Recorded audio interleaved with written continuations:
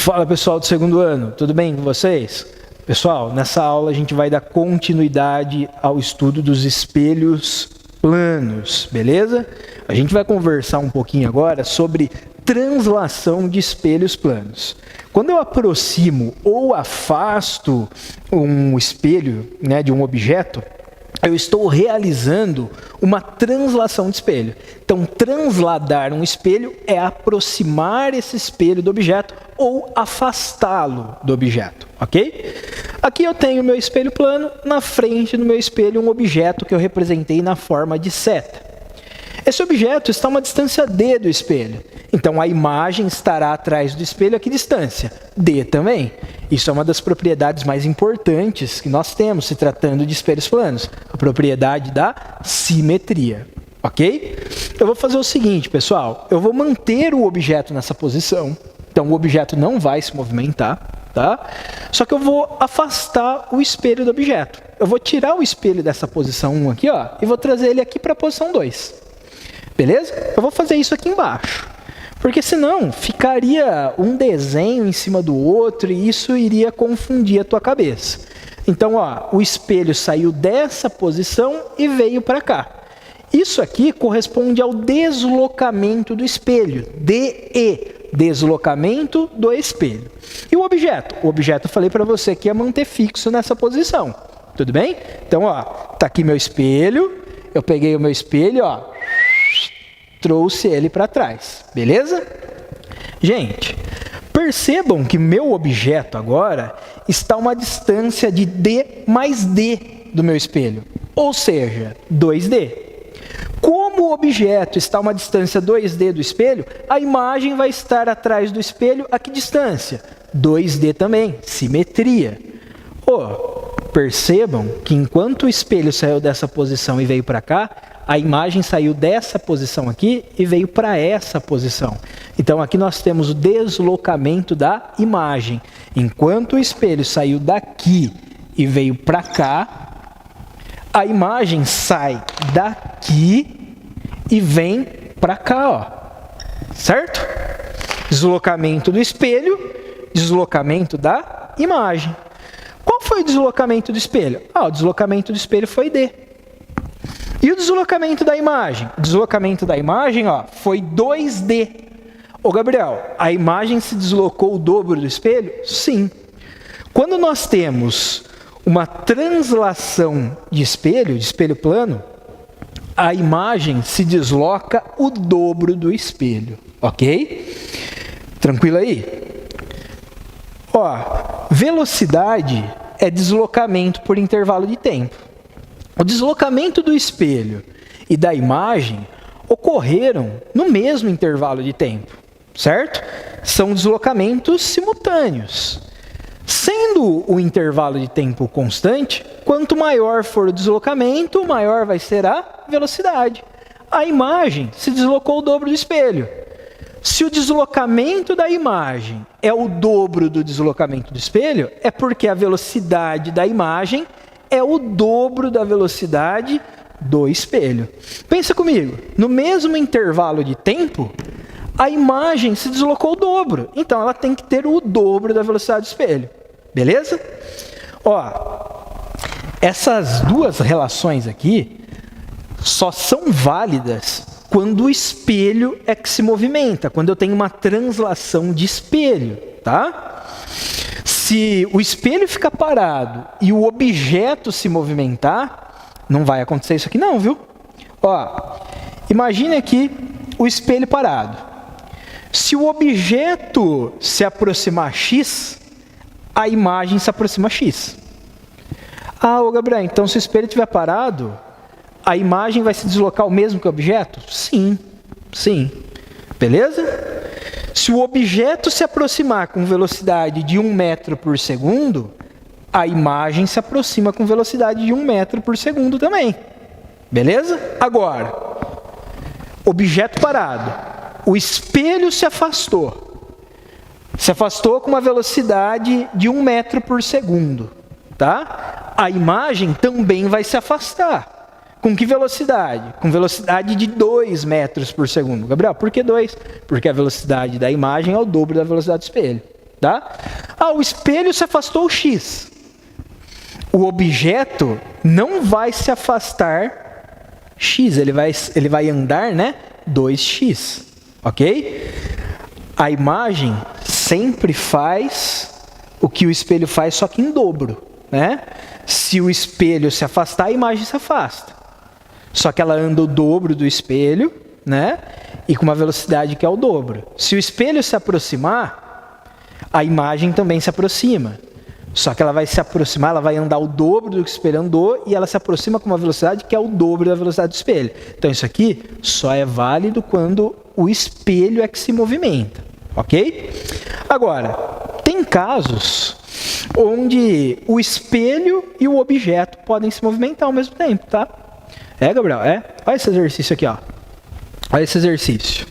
Tanto o objeto quanto o espelho vão se movimentar. Ele fala o seguinte para nós. A situação apresentada a seguir mostra um espelho plano e vertical, apoiado sobre rodas, movendo-se sem atrito com velocidade constante de 8 metros por segundo em relação ao solo. Então, ó, esse 8 metros por segundo aqui é a velocidade do espelho, tá? Está se movimentando para a direita. Um homem sobre patins move-se 10 metros por segundo em relação ao solo, no mesmo sentido do movimento do espelho. O homem aqui é o objeto, tá? Ele vai ser o objeto. Aí vem a pergunta. Com que velocidade o homem está se aproximando de sua imagem produzida pelo espelho? Então a gente quer a velocidade do homem em relação à sua imagem. Qual a velocidade que o homem, o objeto, se aproxima da sua imagem? Ô Gabriel, aqui o espelho se movimenta, o objeto também. Como que eu faço para pensar, né, nessa situação? Ó, tá aqui a imagem. Eu representei a imagem aqui por uma seta, tá? Então aqui nós temos a imagem do homem, tá? Objeto, imagem. Ó, você vai fazer o seguinte, primeiro, você vai fazer o seguinte, você vai parar o espelho. Imagina o espelho parado. Gabriel, mas o espelho não está parado. Não, tudo bem, mas imagina o espelho parado. Esquece essa velocidade. Ó, se eu imaginar o espelho parado, o objeto se aproxima com velocidade de 10 metros por segundo.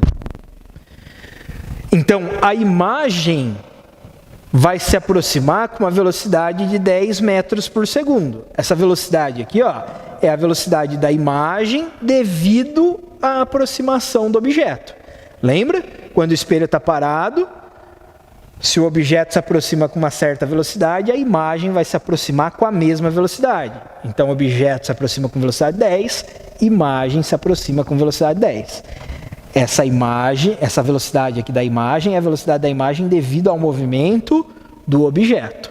Agora, paramos o espelho. Já analisamos o que acontece com a imagem devido ao movimento do objeto. Agora você vai parar o objeto. Imagina o objeto parado. Certo? Vamos pensar no que acontece com a imagem devido ao movimento do espelho? Ô meu anjo, se o objeto estiver parado e o espelho se afastar com uma velocidade de 8 metros por segundo, a imagem vai se afastar também, com uma velocidade que é o dobro da velocidade do espelho. Então, a imagem se afasta com uma velocidade de 16 metros por segundo. A velocidade da imagem é o dobro da velocidade do espelho, tá? Então, essa velocidade é a velocidade devido ao movimento do espelho. Vamos somar essas duas velocidades? Gabriel, 16 mais 10, 26. Não, pelo amor de Deus. Não é 26, tá? Gente, eu tenho 16 para a direita, 10 para a esquerda. Você vai somar os vetores aí, beleza? Soma de vetor, você viu ano passado. Em elétrica, inclusive, você deve estar usando também soma de vetor. Ou já deve ter usado, né? Olha só, se eu tenho 16 para a direita, 10 para a esquerda, que velocidade ganha? Essa aqui, ó, de 16. Com que saldo ela ganha? Com saldo de 6 metros por segundo, tá? Então, a velocidade resultante da imagem, né, que eu estou chamando aqui de VI, a velocidade da imagem em relação ao solo, é de 6 metros por segundo. Ainda bem que não tem alternativa que mostra 6 metros por segundo aqui para você. Porque essa velocidade que a gente achou aqui é a velocidade da imagem em relação ao solo. E a gente não quer a velocidade da imagem em relação ao solo. A gente quer a velocidade do homem, do objeto, em relação à imagem. Gente,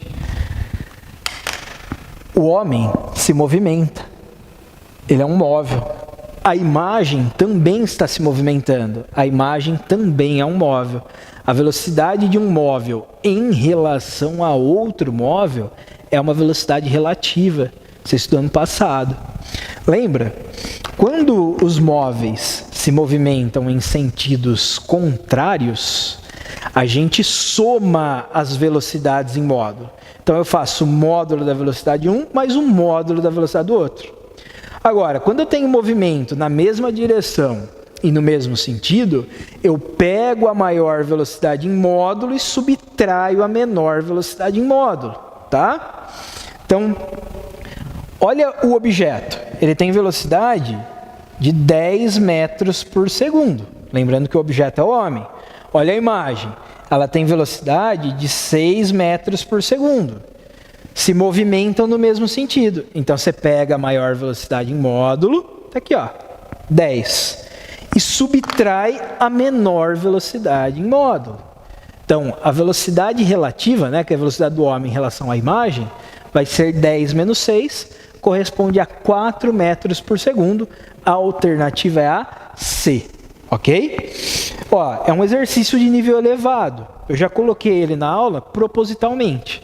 Se você consegue fazer esse exercício que é de um nível um pouco mais elevado, você consegue fazer os mais fáceis, tá? Então toma cuidado com o que o exercício vai pedir. Quando você tiver o objeto e o espelho se movimentando, para primeiro um. Pode ser o espelho ou o objeto. Eu parei primeiro o espelho. Analisei o que acontecia com a imagem devido ao movimento do objeto. Aí depois eu parei o objeto. Analisei o que acontecia com a imagem devido ao movimento do espelho. Ok? E aí eu somo essas velocidades. Lembrando que na hora que eu somo essas velocidades, eu somo os vetores, não os valores. Tudo bem? Sossegado aí?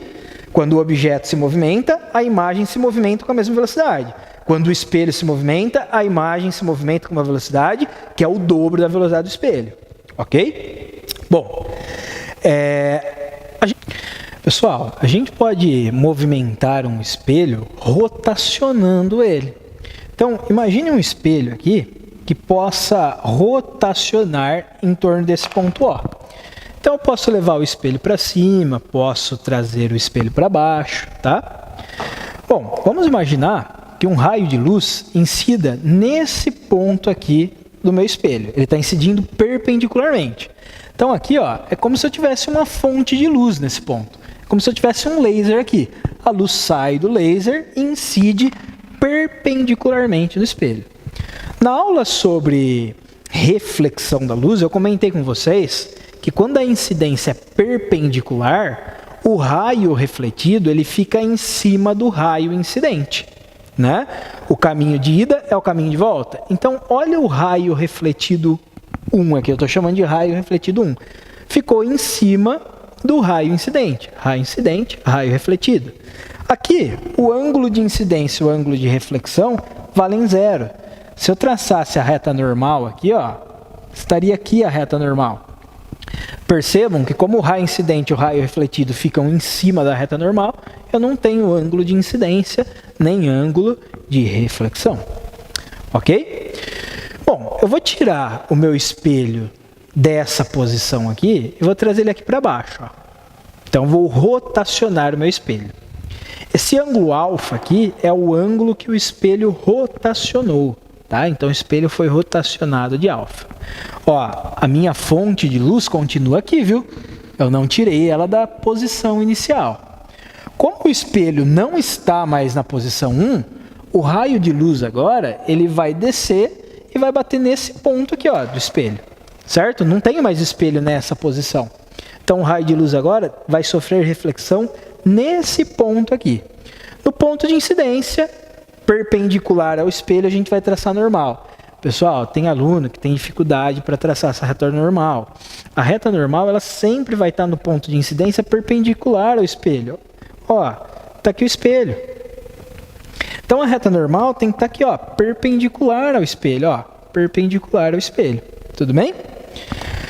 O ângulo formado entre o raio incidente e a reta normal é o ângulo de incidência. Poderia chamar de IA, que eu estou chamando de linha, ok? Bom, vai existir um raio refletido aqui que eu vou chamar de raio refletido 2. Então, raio refletido 2. O ângulo formado entre o raio refletido 2 e a reta normal é o ângulo de reflexão, que eu estou chamando aqui de R'. Ó, esses dois ângulos são iguais, viu? Então, esse R' aqui, ele vale I'. Pessoal, não foi só o espelho que rotacionou aqui, viu? O raio refletido também sofreu rotação. Gabriel, como assim? Ó, essa é a direção do primeiro raio refletido, do raio refletido 1, tá aqui. Essa é a direção do segundo raio refletido. O raio refletido, ele saiu dessa direção e veio para essa aqui, ó. Ele sai dessa direção e vem para essa, então ele também rotacionou. O ângulo que o raio refletido rotacionou, eu vou chamar de beta. Então, beta é o ângulo, né, que o raio refletido rotacionou. Existe uma relação entre o ângulo que o espelho rotacionou e o ângulo que o raio refletido rotacionou. O raio refletido, ele sempre rotaciona o dobro do espelho. O beta é 2 vezes alfa. Ó, eu vou demonstrar isso para você. Não precisa ficar preocupado com a demonstração. Você não tem que saber a demonstração. Agora, isso aqui é importante você saber, tá? Olha só. Eu falei para vocês que o ângulo de incidência e o ângulo de reflexão são iguais. Então, aqui é I', aqui também é I'. Ah, então tudo isso aqui vale 2 I', Gabriel? Perfeito. Tudo isso aqui é 2 I'.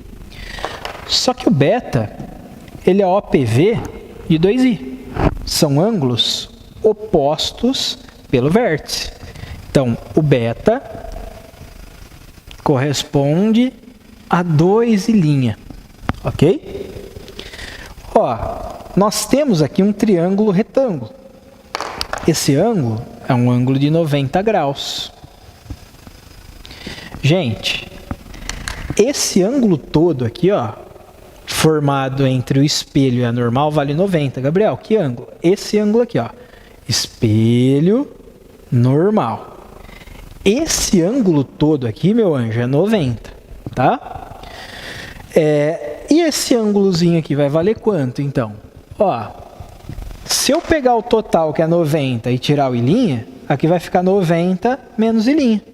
Né? Você pega o total, que é 90, tira o I'. Então, esse ângulo é 90 graus menos I'. Se eu somar esses três ângulos, eu tenho que encontrar um valor igual a 180.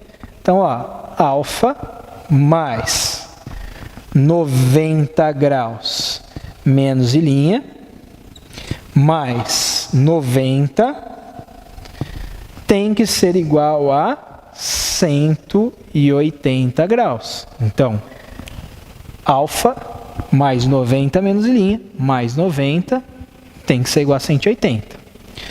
90 mais 90 é 180. Então, alfa menos I' vai ser igual a 180 menos 180. Dá zero. Logo, o alfa é igual a I'. Pô, se o alfa é igual a I', você pode substituir aqui, ó, no lugar de I' alfa. E aí nós temos que o beta é 2 vezes o alfa, tá? Então, tá aí a demonstração. Lembrando, mais uma vez, que você não precisa saber essa demonstração. Ó, o raio refletido é responsável por formar a imagem. Lembra que a imagem é formada por raio que sai, é definida por raio que sai do meu sistema óptico? Meu sistema óptico aqui, no caso, é o espelho. O raio que sai é o raio refletido. Então, é o raio refletido que é responsável por formar a imagem. Se o raio refletido rotaciona o dobro do espelho, significa que a imagem vai rotacionar o dobro do espelho. Ô Gabriel, então quando eu rotaciono um espelho, a imagem rotaciona o dobro? É, porque o raio refletido rotacionou o dobro do espelho e é o raio refletido que é responsável por formar a imagem. Você quer ver uma aplicação disso que eu acabei de falar para você? Inclusive é uma aplicação bem interessante. tá?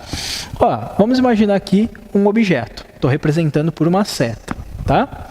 Na frente desse objeto eu tenho um espelho, tudo bem? Então está aqui meu espelho.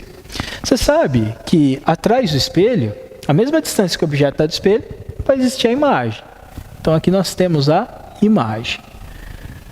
Objeto, imagem. Eu vou rotacionar esse espelho, tá?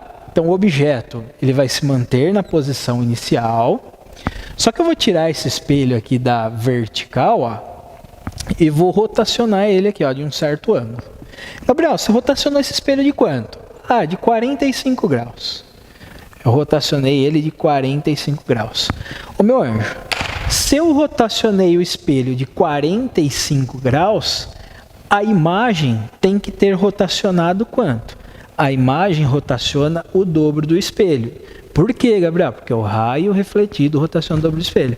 Se a imagem antes estava na vertical, a imagem agora tem que estar na horizontal. Gabriel, por que na horizontal? Então, a imagem ela vai se formar na horizontal agora, porque ela teve que rotacionar de 90 graus.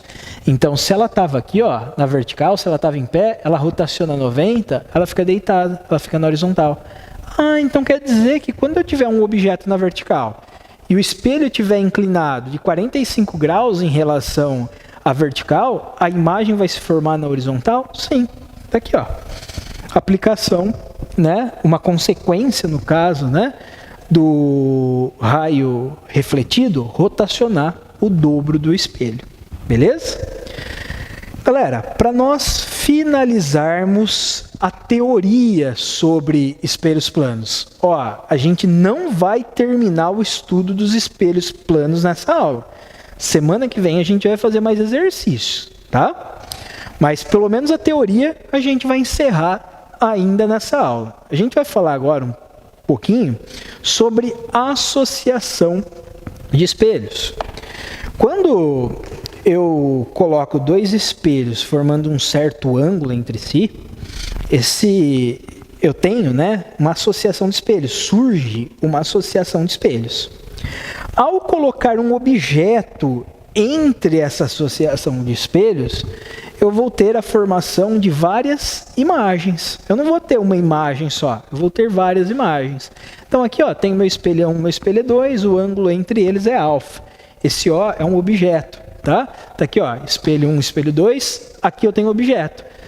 Nessa primeira figura, a gente vê a formação de 3 imagens. Aqui, o ângulo entre os espelhos é de 90 graus, tá? Aqui embaixo, eu tenho um objeto. Só que eu tenho 1, 2, 3, 4, 5 imagens, ok? O ângulo aqui entre os espelhos é de 60 graus. Ó, toma cuidado que aqui eu tenho 2 imagens, tá? É que uma imagem fica quase escondida atrás da outra, beleza? Bom, daqui para cá eu diminuí o ângulo entre os espelhos. O que aconteceu com o número de imagens? Aumentou. Ah, então à medida que eu vou diminuindo o ângulo entre os espelhos, eu vou aumentando o número de imagens. Vai chegar um momento que um espelho vai ficar de frente para o outro. Qual vai ser o ângulo entre os espelhos? Ah, o ângulo entre os espelhos vai ser 0. Ok? Vai ser 0. Gabriel, e aí? Quantas imagens eu vou ter? Então, na teoria, a gente diz que vão existir infinitas imagens. Na prática, não aparecem infinitas imagens. Gabriel, mas como é que é possível isso, eu ter infinitas imagens então? Não sei se você, de repente, já foi em banheiro de shopping, onde você tem um espelho na frente e outro atrás. Você vê a formação de várias imagens. Por que eu tenho várias imagens? A imagem que um espelho forma de um objeto serve de objeto para o outro espelho. Imagina o espelho aqui na minha frente. Esse espelho vai formar de mim uma imagem. Essa imagem que o espelho 1 formou de mim serve de objeto para o espelho que está lá 2. A imagem que o espelho 2 formou serve de objeto para o espelho 1. Aí vira um ciclo, né? A imagem de um espelho serve de objeto para o outro. Por isso que eu vou ter a formação de várias imagens. Bom, eu disse que na teoria, se um espelho está de frente para o outro, eu tenho infinitas imagens. Na prática, não. Por que na prática eu não consigo infinitas imagens? Porque para cada reflexão que ocorre, a intensidade da luz vai diminuindo. E aí chega um momento que a imagem ela não é mais nítida, né? Ela deixa de ser nítida, então eu deixo de ver a imagem, beleza? Então existe um número finito, né, na teoria, ok? Na prática, perdão, na teoria eu conseguiria infinitas, ok? Gente, então é por isso que aqui, ó, eu tenho várias imagens. A imagem que um espelho forma serve de objeto para o outro, beleza? Nós temos uma equação que permite a gente achar a relação entre o número de imagens e o ângulo entre os espelhos. Tá aqui a equaçãozinha, ó. O número de imagens é 360 graus sobre o ângulo formado entre os espelhos menos 1.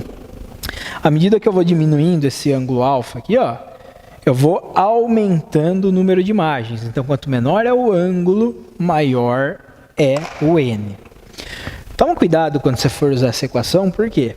Primeiro, esse alfa tem que estar em graus. Eu já vi exercício que forneceu esse alfa aí em radianos. Transforma em graus para você jogar aqui, tudo bem?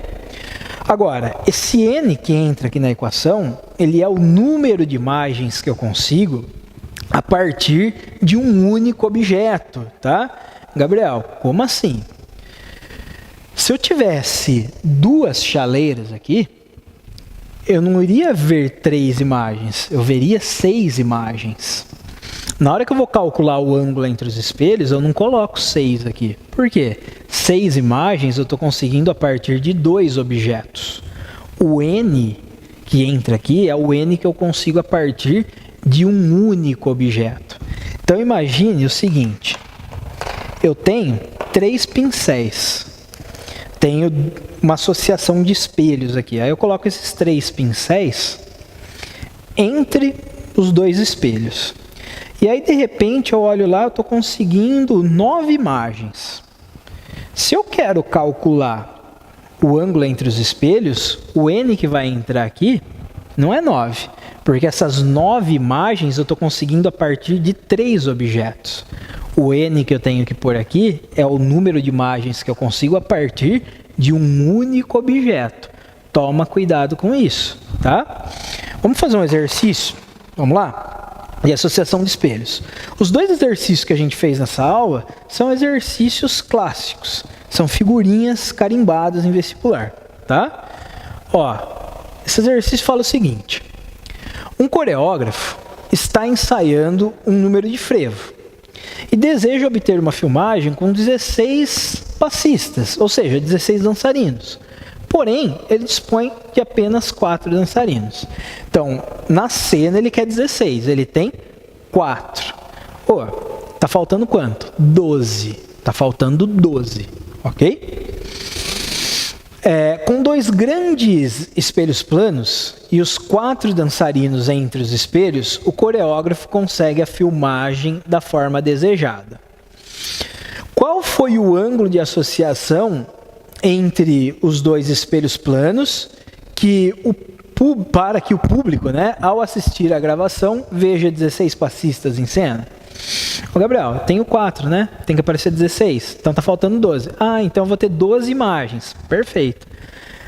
Aí eu pego esse 12 e jogo lá na equação. N é igual a 360 graus sobre alfa menos 1, né?